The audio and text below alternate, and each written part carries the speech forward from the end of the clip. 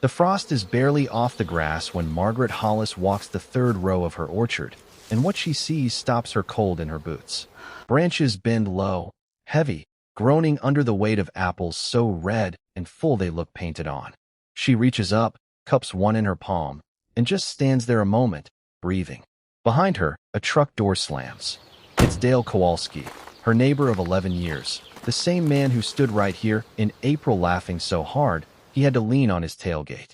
He isn't laughing now. He's just staring at her trees, then at his own orchard across the fence line, half the branches bare, and he says quietly, "Margaret, what in the world did you do?"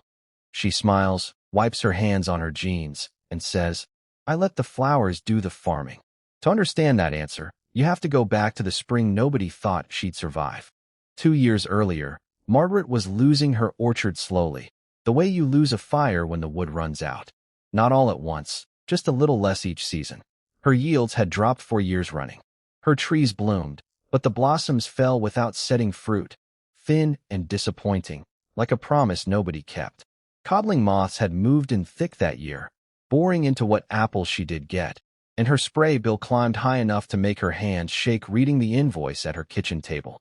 She'd inherited this orchard from her father, 40 acres of Honeycrisp and Gala he'd planted with his own hands, and some nights she sat on the porch and apologized to him out loud, like he could hear her failing him. It was her daughter, home from college for spring break, who found the article. Wildflower strips, planted between orchard rows, could pull in native bees, hoverflies, ladybugs, the whole cast of tiny creatures that pollinate blossoms and eat the pests that ruin them. Margaret read it twice, then a third time, sitting in the dim kitchen light. It sounded almost too simple. Plant flowers, get better apples. But the science behind it was real. Pollinators were declining everywhere, and orchards that relied only on rented honeybee hives for a few weeks a year were missing the deeper, steadier work that wild pollinators do all season long. She decided, right there, to give up 2 full rows of prime growing space to try it. Her husband had passed 3 years before, so this decision, like most lately, was hers alone to carry. Word travels fast in farm country, faster than weather. By the time she'd ordered her seed mix, yarrow, coneflower, black-eyed Susan, clover, milkweed, half the county had an opinion. At the feed store, old Ed Tanner shook his head and said, "Margaret, you're going to grow yourself a real pretty patch of nothing." Dale Kowalski, leaning on the counter, added with a grin, "Bees don't pick apples, last I checked." Even her own foreman, a good man named Curtis who'd worked the orchard since her father's day, scratched his neck and asked if she was sure, real gentle, the way you ask someone if they're sure about a decision you already think is a mistake. She told them all the same thing. "I've tried farming against nature for 4 years. I'm going to try farming with it for one." Nobody believed her, not really. But nobody stopped her either. Planting day came in late April, cool and overcast, the kind of gray sky that makes a person doubt themselves before lunch. Margaret and Curtis seeded 2 70-foot strips between the rows, raking thin soil over seeds so small they looked like pepper dust in her palm. It felt, if she was honest, a little foolish. 40 acres of apples, her family's whole living, and here she was scattering wildflower seed like a kid making a wish. Dale drove by twice that week, slowing his truck just enough to holler, "Careful, Margaret, don't let them daisies take over the whole operation." She'd wave, laugh along with it, because what else could she do?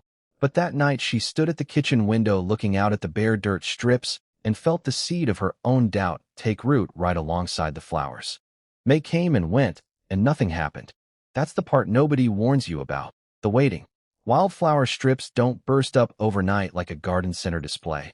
Many of the seeds need to weather, to break dormancy slowly, and some varieties don't even flower their first year at all. Margaret walked those bare strips every morning with her coffee going cold in her hand, searching for green and mostly finding weeds, which she had to resist the urge to yank, since even the weeds were feeding early pollinators while her wildflowers took their sweet time. Curtis found her out there one dawn, kneeling in the dirt, and asked if she was praying. "Might as well be," she admitted. Meanwhile, her blossoms were opening on schedule, thin and worried-looking as ever, and the codling moths were already active. And for one long, sick week in early June, she genuinely believed she'd sacrificed 2 good rows of orchard for a strip of dirt and false hope. Then, the last week of June, the yarrow came in, small white clusters, unassuming, almost shy. A few days later, black-eyed Susans opened their yellow faces to the sun, and clover spread low and thick between them like a green carpet somebody had unrolled overnight. It wasn't much. It wasn't the postcard meadow she'd pictured, but it was something, and something was more than she'd had in weeks. She called her daughter that night just to say, "They're blooming, baby. They're actually blooming." Her voice cracked a little on the phone, and she wasn't even embarrassed about it. The bees came before the butterflies. Margaret remembers the exact morning. A Tuesday, she thinks, when she walked the strip and heard it before she saw it. This low hum, steady and alive, coming off the yarrow like the flowers themselves were breathing. Native bumblebees, sweat bees, tiny things she couldn't even name, working the blooms in numbers she hadn't seen in her orchard in years. Then came the hoverflies, easy to mistake for wasps, but harmless, gentle little pollinators that also happen to lay eggs whose larvae devour aphids by the hundreds. Ladybugs showed up not long after, drawn by those same aphids, and ladybugs are ruthless. One larva can eat 50 aphids in a single day. Margaret didn't fully understand it yet, not in her gut, but she was watching a food web stitch itself back together row by row, and something in her chest loosened for the first time in years. By August, the difference was hard to ignore, even for the skeptics. Her blossoms from that spring, the ones near the flower strips, had set fruit heavier and more evenly than the trees farther away. Curtis, never a man of many words, stood under one tree running his thumb along a cluster of young apples and just said, "Well, I'll be." Dale still made his jokes when he drove past. "Careful, Margaret. Gonna have more butterflies than apples." But Margaret noticed he'd slowed his truck down for a longer look each time, and one afternoon she caught him standing at the fence line with his cap off, just watching the bees work, quiet as church.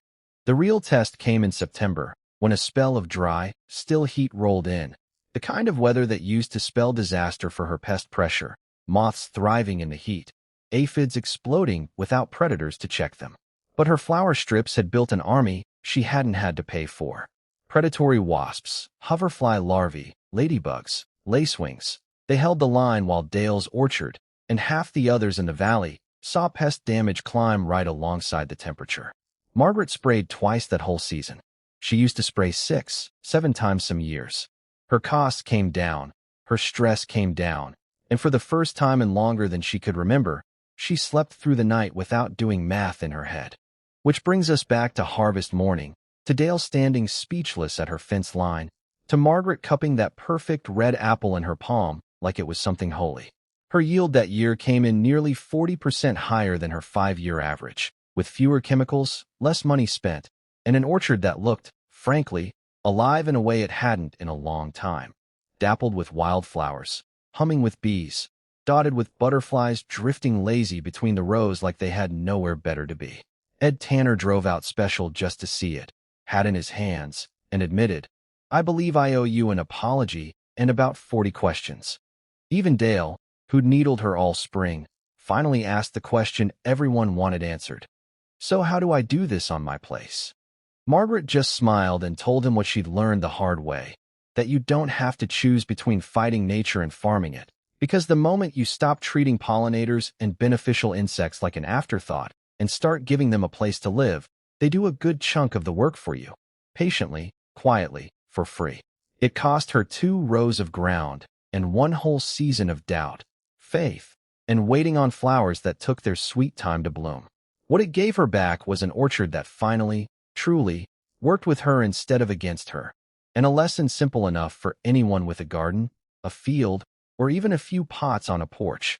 Plant something for the bees, and just wait and see what they plant for you.